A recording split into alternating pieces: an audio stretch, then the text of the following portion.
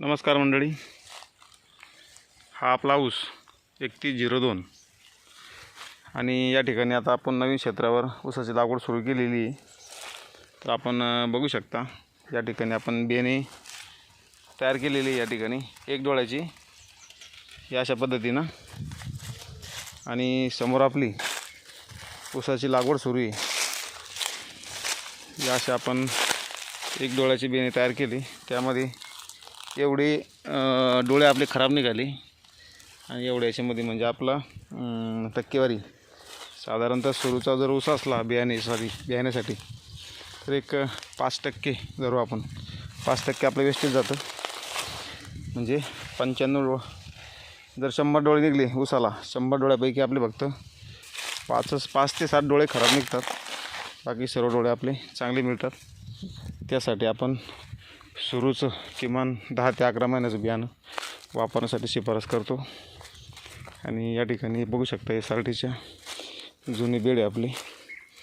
कुठलंही मशागत न करता आज नवीन ऊस लागवडीसाठी एकरी किमान 10,000 रुपये लागतात, परंतु या ठिकाणी आपण बघू शकता या ठिकाणी आपण एक डोळ्याची लागवड सुरू केलेली आहे। सऱ्यांना पाणी देऊन आणि फक्त एक डोळा कलेक्ट करून तेवढंच आपण या ठिकाणी सरीत लावतो आहे। तर खूप खर्च आपला शेतीवरचा कमी होतो आहे। अशा पद्धतीनं आपलं काम सुरू आहे। शून्य मशागतीमध्ये खूप कमी खर्च येतो आणि जास्तीत जास्त शेतकरी आज या शून्य मशागतीकडे वळत आहे, कारण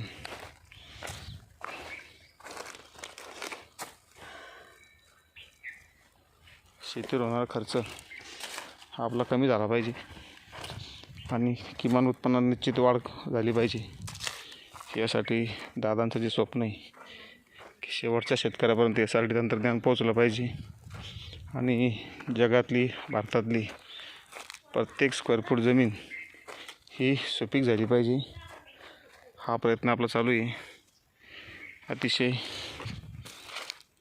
कमी मेंटेनन्स, कमी त्रासात, कमी कष्टात या ठिकाणी ऊसाची लागवड आपली चालू झालेली आहे।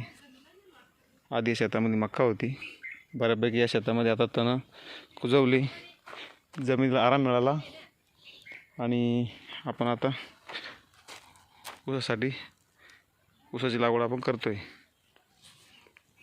तर आपली प्रतिक्रिया अवश्य मला जाणून घ्यायला आवडेल। या ठिकाणी आपण इकडे तणनाशक मारलं होतं, मक्का निघाल्यावर सगळं तण आपलं कुजून गेलेलं आहे। आणि या ठिकाणी शेतीशाळेसाठी जे शेतकरी आपल्याकडे शेतीशाळेसाठी येतात त्यांना दाखवण्यासाठी आपण ही 2 बेड ठेवले होते। आता मी उद्या आज लागवड झाली की 24 तासाच्या आतमध्ये या ठिकाणी बीजनाशक म्हणून जे येतं आपल्याला मार्केटमध्ये त्याची आपण इथं फवारणी करणार आहे। म्हणजे पुढील 60 ते 65 दिवस आपल्याला या ठिकाणी तणांचा प्रादुर्भाव होणार नाही आणि त्यामध्ये चांगल्या प्रकारे आपला ऊस उगवून येईल।